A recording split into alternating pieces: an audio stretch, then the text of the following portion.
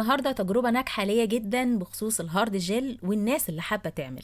تعالوا بينا اوريكم او اقول لكم احنا فين النهاردة. احنا في شبرا مصر، محطة مسرة، ميدان مستشفى كيتشنر العام. تمام، ادي الصينية بتاعت الميدان وادي البيوتي سنتر بتاعنا بنت الملك اهو، عشان ما تتوهوش. هتيجوا هنا او هتكلموها قبلها، هتظبط لكم المواعيد وهتظبط لكم الاسعار وهتظبط لكم كل حاجة. يلا بينا نتعرف على المكان. بجد المكان مريح جدا جدا، كمان الناس الحلوة اللي زينا كده بتحب الهاند ميد، يعني مريح. خشب بقى وزرع وحاجات لذيذة كده لطيفة عاملاها في المكان، لان هي كمان بتحب الاشغال اليدوية. وتعالوا كمان شوفوا هنا في مكان كمان عشان اللي بيبقى حاجز يجي على طول، وده مكان الانتظار. تمام، وتعالوا بينا نتعرف على انجي.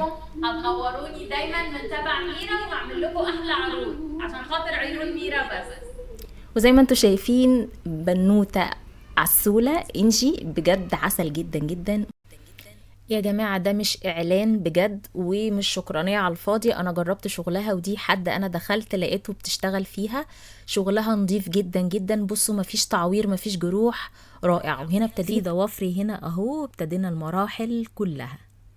المراحل سهلة جدا زي ما انتوا شايفين. واهم حاجة بقى ان انجي لطيفة قوي ولذيذة، وهتاخدك بسياسة كده لحد ما تعملك كل اللي انت عايزاه. وهنا قبل وبعد طبعا الموضوع، الحاجات دي قعدت معايا حوالي شهر ونص. بعد كده رحت عملت ريفيل. بصوا ايدي طبعا كانت باينة في الشغل بتاعت الفيديوهات اللي كنت بعملها لكم.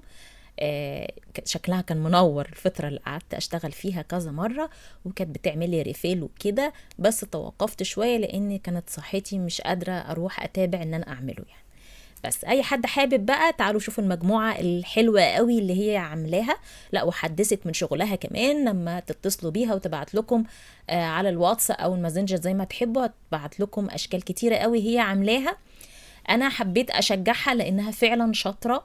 واي حد يا جماعه عامل لسه مشروع صغير زي كده وشاطر وبيراعي ربنا في الخامات بتاعته وفي شغله، يبعت لي ويوريني شغله وان شاء الله نطلعه للنور.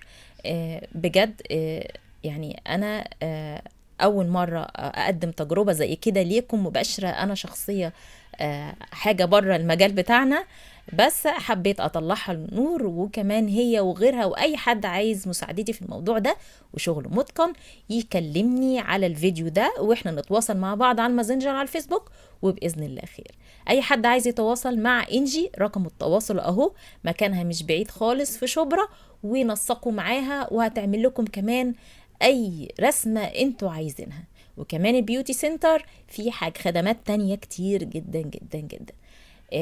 شكرا لإنجي على الشغل الجميل اللي هي عملته لي، وإن شاء الله تتبسطوا معاها جدا. سلام.